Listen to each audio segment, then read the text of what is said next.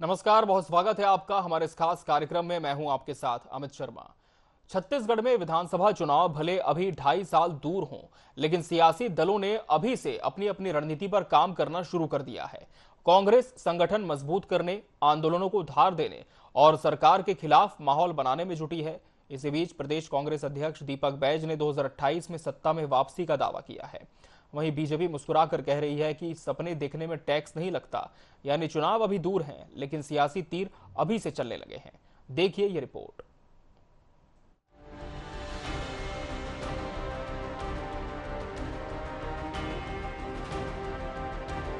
विधानसभा चुनाव में अभी 2.5 साल का वक्त बाकी है, लेकिन प्रदेश की राजनीति का तापमान अभी से बढ़ने लगा है।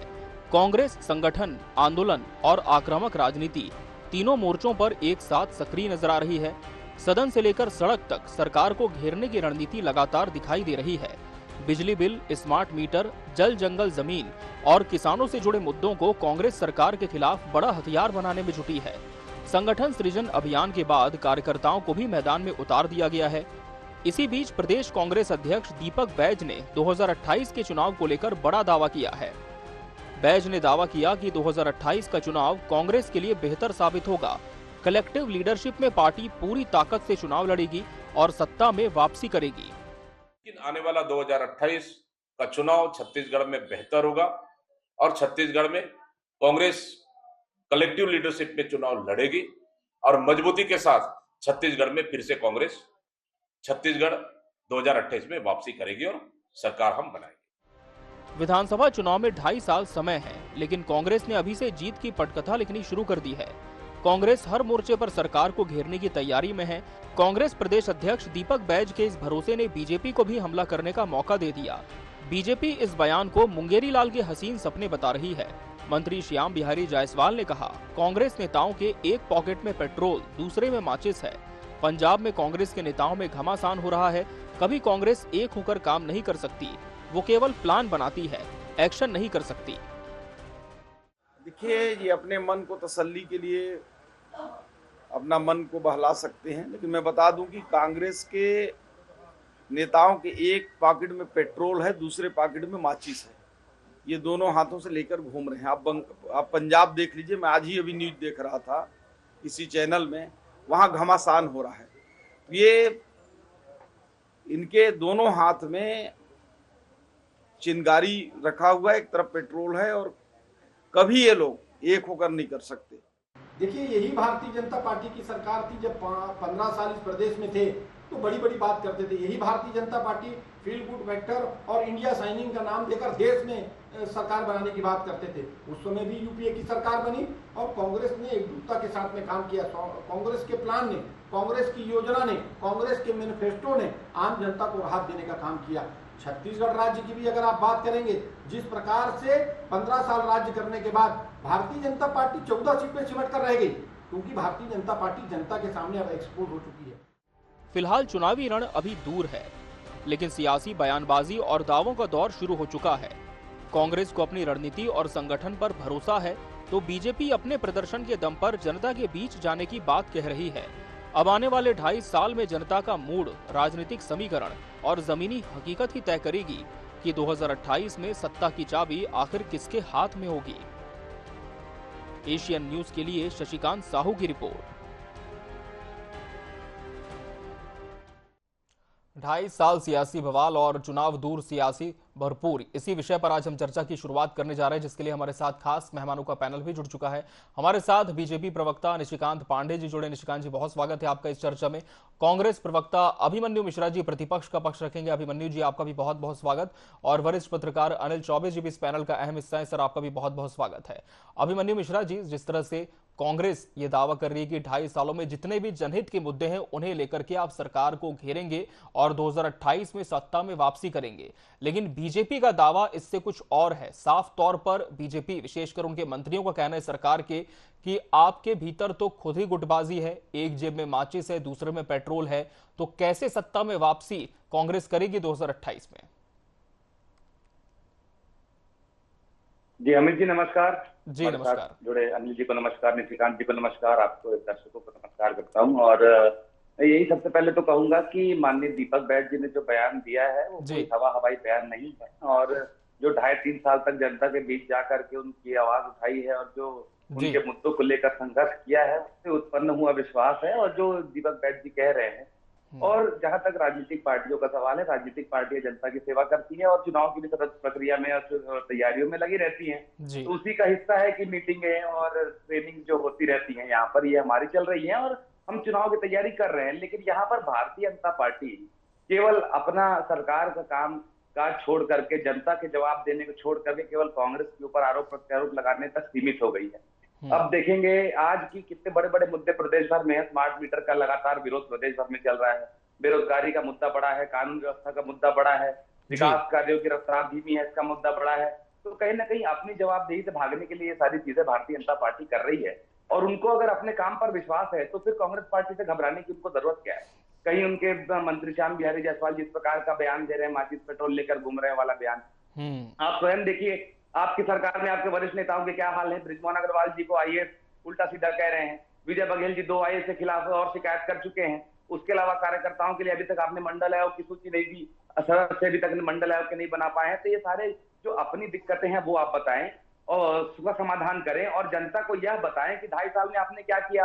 आपने जो वादे करके आप आए थे सरकार में, आपने शिक्षा विभाग में भर्ती करने के वादे लेकर आए थे, आप 5,000 पद निकाले हैं, उसमें भी इतनी त्रुटियां हैं कि उसमें जो छात्र हैं वो उसमें आक्रोशित हैं और आंदोलन करने की बात कर रहे हैं। उसके अलावा और भी बड़ी बड़ी समस्याएं छत्तीसगढ़ में है। तो आपको अपनी जवाबदेही देखनी चाहिए। कांग्रेस पार्टी तो अपना काम कर रही है, जनता के मुद्दे भी उठा रही है, अपनी ट्रेनिंग प्रशिक्षण से लेकर के संगठन सृजन अभियान के माध्यम से बूथ स्तर तक के जो है संगठन को मजबूत करने का काम कर रही है। तो विपक्ष अपना काम कर रहा है, चाहे आवाज उठाने का, चाहे सवाल पूछने का। लेकिन सरकार जो है वो अपना काम काज छोड़ करके केवल विपक्ष के ऊपर आरोप प्रत्यारोप करने में लगे हैं। अभी हमने देखा कि अरुण साहु जी भी बयानबाजी कर रहे थे हमारे ट्रेनिंग कैंप के ऊपर, जबकि उनके खुद के पीडब्ल्यूडी से लेके नगरीय निकाय के विभागों में जमकर भ्रष्टाचार लिप्त है। जी, सड़कों का मामला, तो कहीं पुल का मामला रायपुर में सामने आया था, बैकुंठपुर में और मामला सामने आया था, खारू नदी गंदी हो रही है। ये सारी चीजों पर ध्यान देना चाहिए, ना कि जी के ऊपर टीका टिप्पणी करनी चाहिए। और जहां तक ये लोग मजाक तो 2018 में भी उड़ाते थे, मुंगेरी लाल के हसीन सपने बोलते थे, उस समय भी कहते थे, जनता ने जवाब दिया, 28 से फिर जवाब दे देगी। जी ठीक है निशिकांत पांडे जी, जनता ने जवाब दिया, 28 में फिर से जवाब दे देगी, ये कांग्रेस कह रही है। साफ तौर पर कांग्रेस का ये भी कहना है कि बतौर विपक्ष वो तो अपना काम करेंगे ही, जहां तक प्रदर्शन की बात है, विरोध की बात है, पब्लिक की आवाज बनने की बात है। लेकिन आप क्या अपना काम नहीं कर रहे और केवल विपक्ष पर आप निशाना साध रहे हैं? अमित जी, आपको, बड़े भाई चौबे जी को और मनु मिश्रा जी को संज्ञा दूं। नमस्कार। देखिए, जहां तक कांग्रेस पार्टी की चर्चा है, कांग्रेस पार्टी को पूरी ताकत से प्रयास करना चाहिए और पूरे देश में, ना सिर्फ छत्तीसगढ़ में, हर जगह भाजपा को एकदम कठिन चुनौती देने का प्रयास तो कम से कम प्रयास तो कर ही सकते हैं। हार जीत परिणाम तो अलग विषय है, लेकिन परिणाम के बाद जो स्थिति और परिस्थिति निर्मित होती है वो भी जनता के बीच में जाती है। कि जब आप जनता हारने के बाद जब ईवीएम और वोट चोरी को दोषारोपण करते हैं तो बेसिकली आप अपनी गलतियों को सुधारने के जगह पे एक बहाना ढूंढने का प्रयास करते हैं कि हमको किस प्रकार से बचाव की दिशा में आगे बढ़ना है। 28 में अभी दूरी है, लेकिन पंजाब तो आपके सर पे है। पंजाब में क्या चल रहा है, हमको कांग्रेस पार्टी की चर्चा नहीं करनी चाहिए। लेकिन चूंकि भूपेश बघेल जी छत्तीसगढ़ के सम्मानित नेता है और उनको पंजाब में गो बैक के नारे लगाए जा रहे हैं और मुर्दाबाद के नारे लगाए जा रहे हैं, तो मुझे तो इस बात की चिंता होगी छत्तीसगढ़िया कि हमारे नेताओं को ऐसा क्या उन्होंने कर दिया वहां पे। यहाँ पे जो किया प्रदेश की जनता ने हिसाब किताब चुकता कर दिया, लेकिन पंजाब में जो उनके साथ हो रहा है वो तो बताता है कि कांग्रेस पार्टी में कितनी दिक्कतें हैं। और कांग्रेस पार्टी तकलीफ में है, ये महत्वपूर्ण नहीं है। तकलीफ देने वाले कांग्रेस पार्टी में ये ज्यादा महत्वपूर्ण है। अब बुझे हुए दीपक की सेना अभी हमको चुनौती देने की बात कर रहे थे विकास उपाध्याय जी, आप बताइए, मंडल अध्यक्ष से हमने प्रदेश लड़वाया, परिणाम क्या है? प्रदेश की जनता के बीच में जब आप वादे करके आते हैं, जब आपने वादे किए और उसको डिलीवर नहीं किया, वहां तक भी ठीक है, लेकिन जिस एरोगेंसी से आदरणीय भूपेश बघेल जी पूर्व मुख्यमंत्री के रूप में बात करते थे, लड़की राजनीति मत कर, तो जनता को, प्रदेश की, छत्तीसगढ़ की जनता को बेसिकली ये सारी चीजें पसंद नहीं आती। प्रदेश की जनता बहुत ही सम्मानित भी है और सरल सहज है। वहां पे आप राजनीति करने का प्रयास करते हैं। अब महत्वपूर्ण विषय पर आते हैं कि भारतीय जनता पार्टी ने काम क्या किया। अगर लाल आतंक से मुक्त हुआ बस्तर नहीं दिखता, 3100 रुपया एक मुश्त खरीदी नहीं दिखती, महतारी बंधन साय साय नहीं दिखता, पुराना बकाया डिलीवर कर दिया वो नहीं दिखता, विकास की रफ्तार चौगुनी दिशा में चल रही है। अब नियत लाभ के माध्यम से अगर हर गांव, जो हमारा बस्तर का गांव है, अगर पहली बार किसी ग्राम पंचायत में बिजली पहुंची है तो ये हमारे लिए भी सैंपल है, कांग्रेस के लिए भी सैंपल है कि आजादी के 7, 8, 10 को बाद किसी गांव में बिजली, सड़क, पानी, स्कूल, शिक्षा और राशन ये पहली बार पहुंच रही है। ये हमारे लिए भी शर्मनाक है। मैं सिर्फ कांग्रेस की बात नहीं कह रहा हूँ, कोई भी चुनौती होगी, मजबूरी रही होगी, लेकिन कम से कम राज्य सरकार और केंद्र सरकार की योजनाएं कम से कम डिलीवर हो। आज स्वास्थ्य के क्षेत्र में जब हम बात करते हैं तो बस्तर जैसे सुदूर वनांचल में 400 करोड़ रुपए का सिर्फ एक मेडिकल कॉलेज, हॉस्पिटल खोले जा रहा है। ये क्या दर्शाता है? ये हमारी प्रतिबद्धता दर्शाती है कि जिस प्रकार से रायपुर और बिलासपुर और दुर्ग के जनता आनंद लेती है सड़कों का, बिजली का, पानी का, वही सारी सुविधाएं हमारे बस्तर के सुदूर वनांचल में मिले।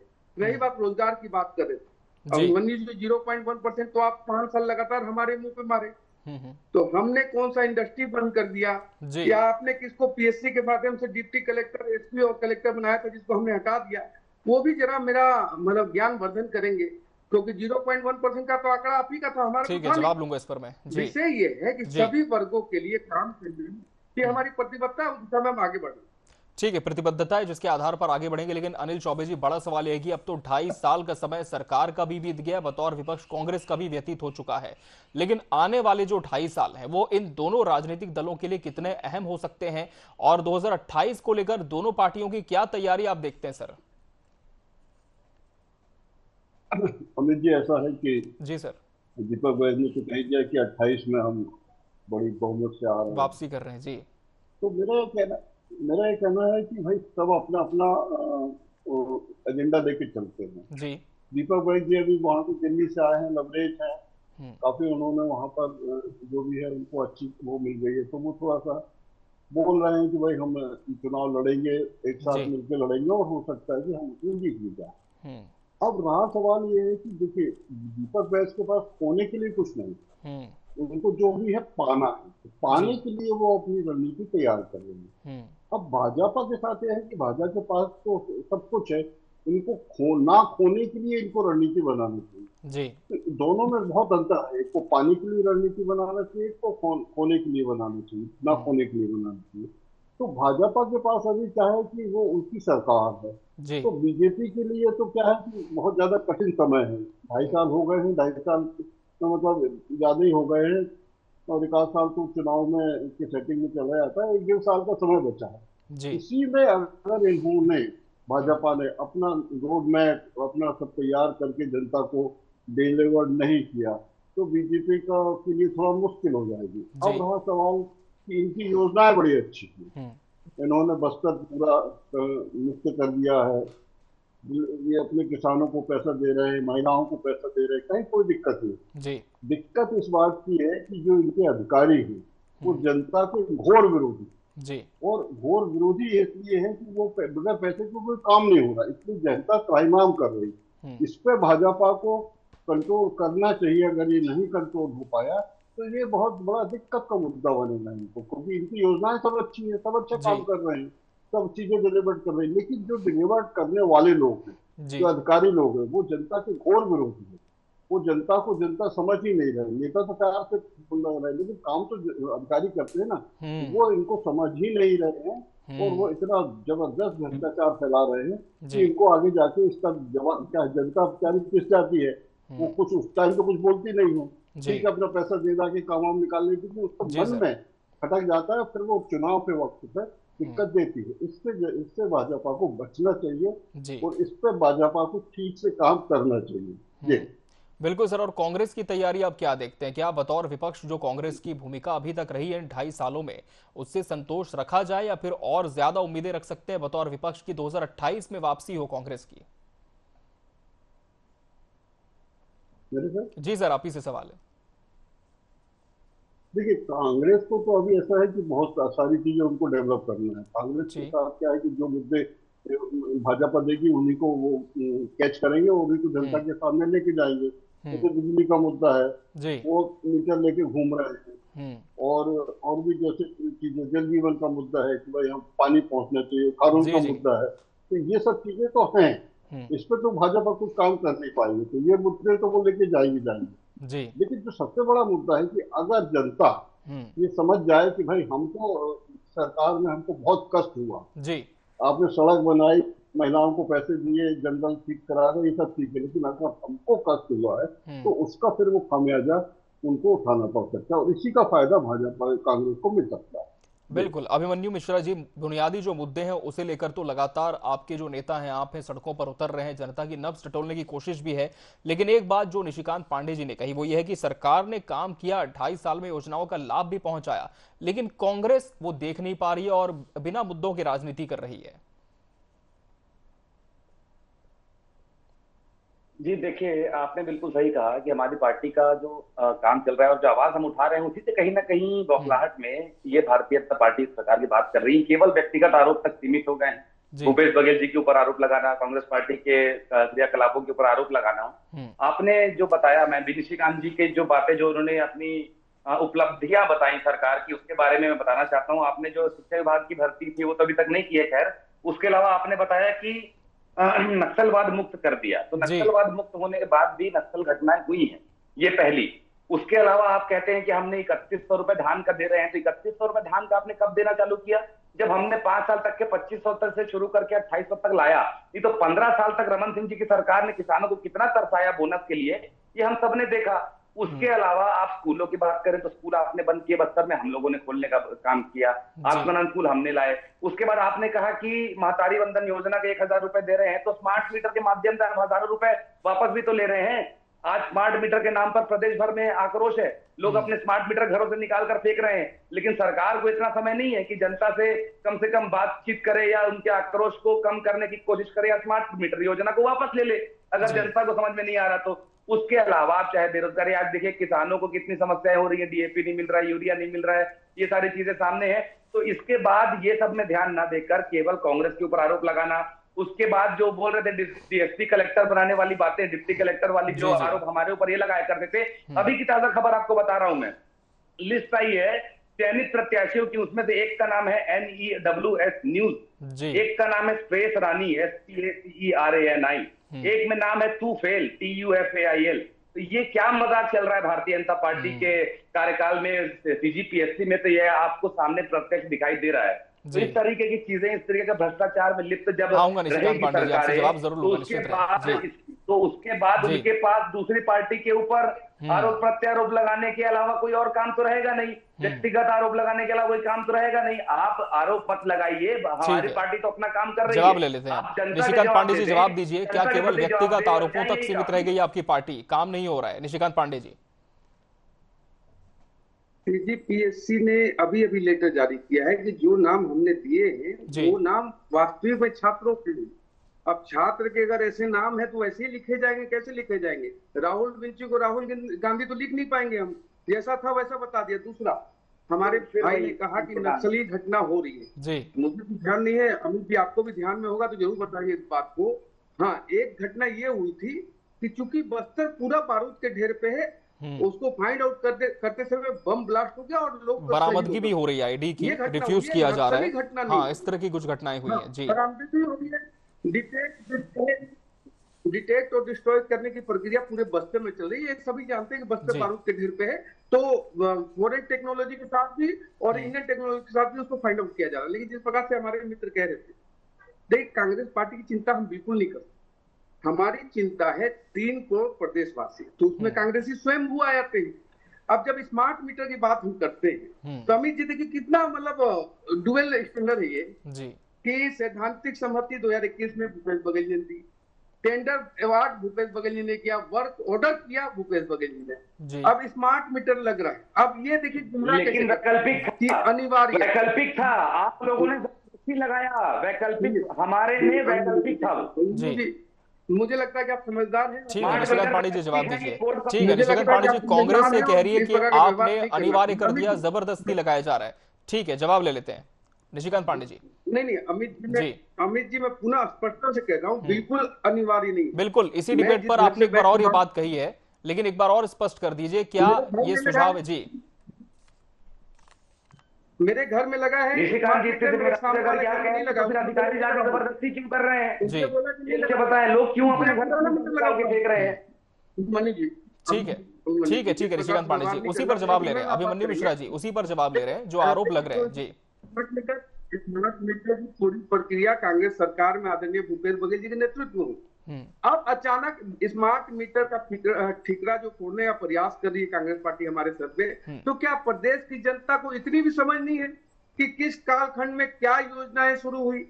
भ्रष्टाचार के विनाश के कालखंड को प्रदेश की जनता भूल गई है क्या कि किस प्रकार 25 रुपए टन का मामला सीएम सचिवालय में बैठ के चलाया जा रहा था, किस प्रकार शराब का घोटाला चलाया जा रहा था। ठीक है निशिकांत पांडे जी, आपको रोकना चाहूंगा। एक बात जो बार बार यहाँ पर सामने आ रही है, स्मार्ट मीटर का एक ऐसा मुद्दा जिसे कांग्रेस लगातार उठा रही है।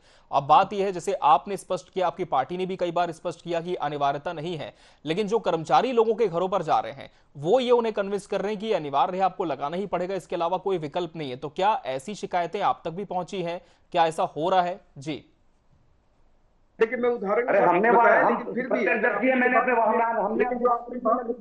जी अभिमन्यु जरूर जी, ठीक है निशिकांत पांडे जी, जो बात आपने रखी जी, तो अभी आपने बात रखी, उस पर मैं जवाब आपके मतलब महत्वपूर्ण चैनल के माध्यम से जी, ऐसा अगर किसी ने भी प्रयास किया है तो जरूर सूचित करे।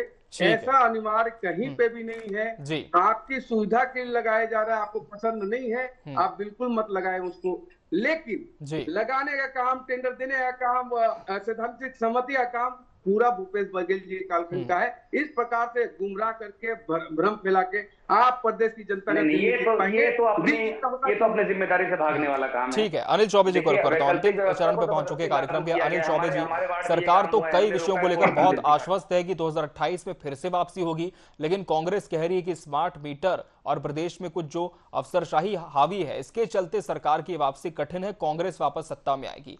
लेकिन दोनों के दावों में कितना तालमेल आप देखते हैं कि दोनों पार्टियां जो दावे कर रही हैं और जमीन पर जो काम हो रहा है, क्या उसमें आप मानते हैं कि वाकई में एक बदलाव की दिशा में आज हमारा प्रदेश पहुंचा है? और दोनों पार्टियों के लिए क्या कोई चुनौतियां भी 2028 में जाने से पहले आप देख रहे हैं? अभी भी ऐसा है कि कांग्रेस जो प्रयास करेगी कि वो वापस आए, हाँ, उसके पास तो कुछ खोने को है नहीं, वो तो गेन करने के लिए सब काम करेगी। अब रहा सवाल भाजपा का, देखिए भाजपा का शासन है, भाजपा को अपना आत्मसात करना चाहिए कि हमारे कारण हमारी जनता परेशान ना हो। शासन का तो यही मतलब है। तो मैं बार बार ये कह रहा हूँ कि जनता परेशान हो रही है। जैसे स्मार्ट मीटर का मामला है, स्मार्ट मीटर में भले ही भूपेश बघेल ने इन सब काम किया हो, उनका जो भी रहा हो, तो आप उनका पास क्यों हो रहे हैं? आप उसको कैंसिल कर सकते थे, आपने वो कैंसिल नहीं किया, आप लगा रहे हैं। लगाने के पीछे बहुत से कारण है, उनका अदानी का है, अंबानी का है, वो एक अलग मुद्दा है। सबसे बड़ा मुद्दा ये है कि जनता जिस तरीके से इनके भ्रष्टाचार से, मतलब इनके अधिकारी जो है जनता को घोर विरोधी है, मैं तो बोल रहा हूँ ना, जनता के घोर विरोधी है इनके अधिकारी लोग। और अभी तक जितने भी मंत्री संतरी हैं या जो भी इनके वो है लीडरशिप है, वो उनको कंट्रोल नहीं कर पा रहे हैं। ऐसे बहुत से उदाहरण सामने आ रहे हैं कि वो कह देते कि हम तो जानते नहीं कौन है मंत्री, कौन है हम पहचानते नहीं है, जो उनको बोल दिया जैसे विधायक संसद जी को कि आपको जो करना कर दो। ये सब चीजें मैसेज ठीक नहीं जा रहा है, इस पे तो कंट्रोल करना ही चाहिए इनको। अब चाहे साई भी कंट्रोल करें या जो भी करें, इनके चीफ सेक्रेटरी भी कंट्रोल करना चाहिए, उनको भी ये पावर है कि आप कैसे बात कर रहे हो सेल्फ प्रतिनिधियों से।